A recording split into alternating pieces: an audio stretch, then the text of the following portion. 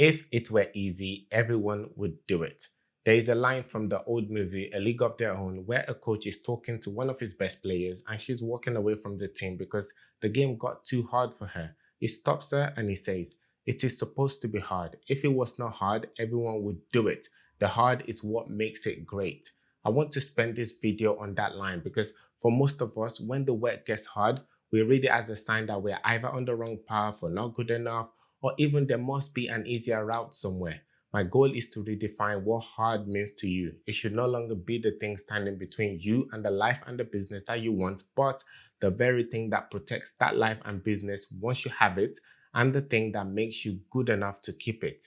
We will start with why hard things feel so bad in the first place, because there's a real science on why our brain pulls towards the easy option every single time. Then we look at the big one, why easy things are worth so little, and why the difficulty itself is one of the most valuable things that you can own. From there, we look into why the hard version of any task is the only one that actually makes you better at it as long as it gives you value. Then what happens in the long, boring middle where almost everyone gives up, and what the few that stay get to keep. After that, why willpower on its own will not carry you, and how to build a simple system that does the hard thing for you. So none of this comes down to how motivated you feel on the day, and finally, how to put all of it to work with a handful of things you can start this week. By the end, when something feels hard, I do not want you to hear a reason to stop. I want you to hear that most people are about to drop out and that what they leave behind is worth having.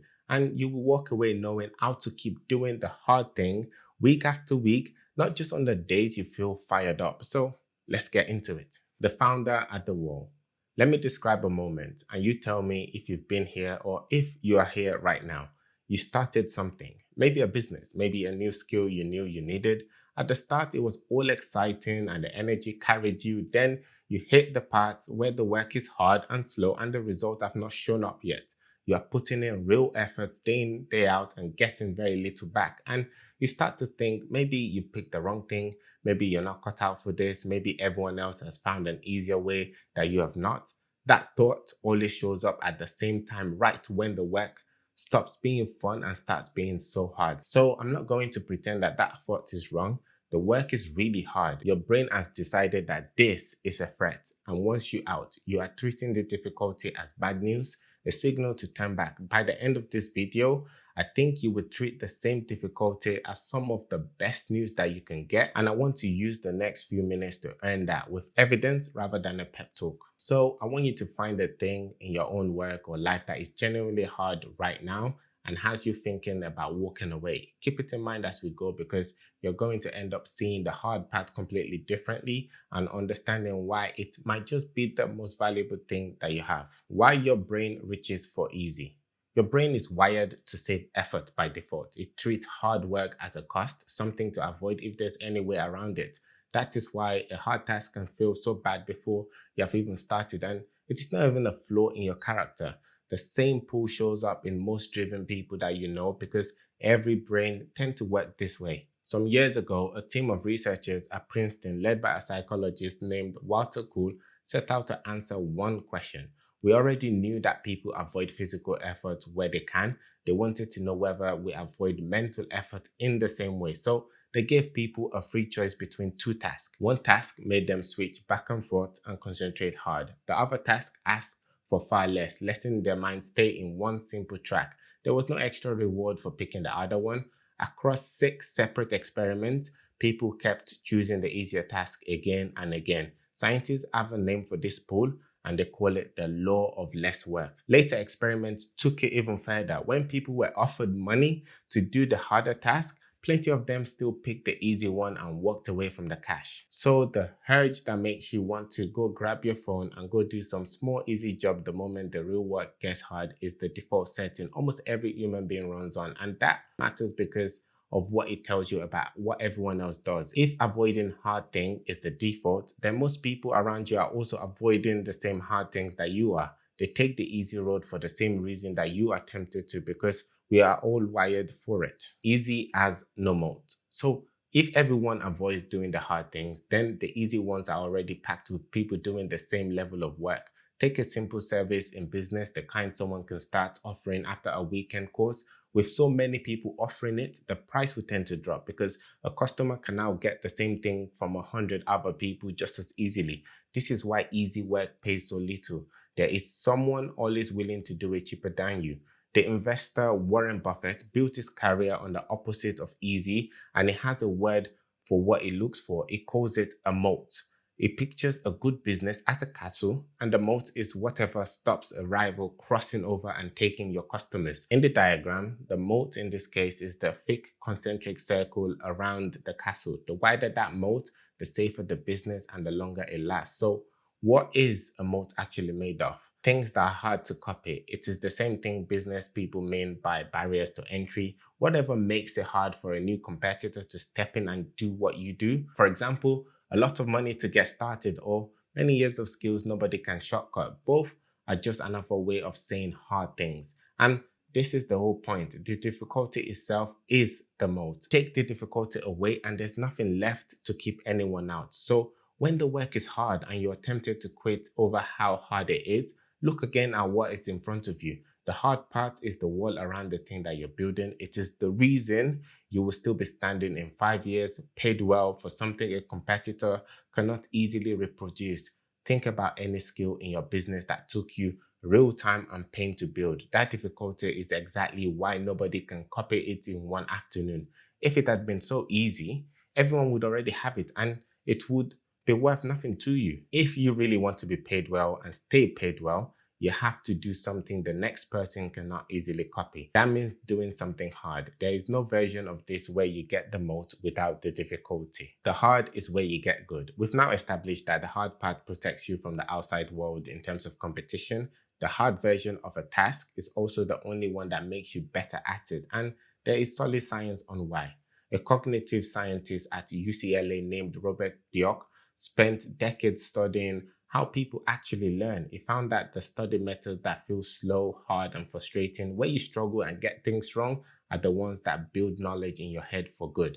It sticks with you. However, when the methods that feel smooth and quick, where it all seems to be going in, the knowledge tends to fade within a week. Bjork called that productive struggle a desirable difficulty. The difficulty is desirable because the struggle is the thing doing the actual work of learning. It also showed that how good you feel while you're practicing and how much you are really learning are not the same thing and can even work against each other. The version that feels like you're failing is usually the version that's making you better. Take learning to sell, for example. You can either reread your notes and script and watch other people's call all day long, and it feels like you're making progress because you're doing something, right? Or you can just get on the real call, fumble it, feel how uncomfortable that was, learn what did not work in that call and fix it for the next call. The actual practice may feel worse, but it teaches you far more.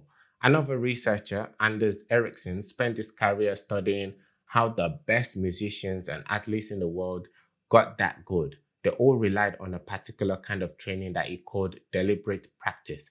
According to him, it is hard, focused work that demands your full attention, and in his own words, it is not inherently enjoyable. They keep doing the hard things because it is the only thing that they know will move them forward. The part of the work that makes you better is the part nobody enjoys, so most people drop it and do the fun, easy version instead, which is why so few people ever get significantly better at doing anything. In your business, the hard part is not only protecting you from the competition, it is the only thing building the skills inside of you. Most people quit right where it starts to pay. So now we know that the difficulty protects you and the difficulty also makes you good, but there is a catch. Both the skills and the reward are on the far side of the hard part, and it comes down to timing. The marketer Seth Godin wrote a short book about this called The Dip. Its point is that almost anything worth doing follows the same shape. It starts off exciting and it sinks to a long, hard, boring middle where the reward have not arrived yet and you're putting in all this work day in, day out with little to show for it. Godin calls that the middle dip. And the dip is where nearly everyone quits. They came for the exciting start, they hit the grind, and then they leave to find a fresh start somewhere else, which also comes with its own exciting beginning and its own one dip, waiting a little further down the line. It's a vicious cycle a lot of people are stuck in, but look at what the dip actually is doing. It's thinning out almost everyone else who started when you did. The reward on the far side is so big precisely because so few people get through to claim it. If the dip were easy, the far side would be packed with so many people and there will be nothing much waiting there. The difficulty of the middle is the only thing that makes the far side something worth reaching. Let me bring in some numbers to help explain this better. In the US, where business survival is tracked very closely, the Bureau of Labor Statistics follows every single new businesses that open. More than a fifth have gone inside the first year. By year 5, about half have closed. By year 10, roughly 2/3 are no longer trading. The obvious reading to this is that 2/3 were never going to make it, right? But that is not what the data shows. It shows that most people just stopped. The businesses still trading at year 10 simply kept going after most of the others had stopped. To quote Alex Omozi, if something is hard, good, because it means no one else will do it, so there is more of it left for you to do. That sounds like a motivational line until you hold it next to the survival numbers, and then you realize that it is just describing how the math works in business. Every person that quits because the work is hard is one less person standing between you and the reward on the other side. Choose hard on purpose. If the hard things are what protects you, what makes you good, and what clears out the competition, then the smart move is to go looking for them on purpose. We already know where doing the easy things leads. The easy path is the crowded one where everyone else is making the same choice and arriving at the same destination. So if you sort your options by the easiest, you will walk straight into the middle of the crowd, competing with everyone else with nothing to set you apart. So flip the question. When you're choosing between two ways to spend your effort and one of them is harder,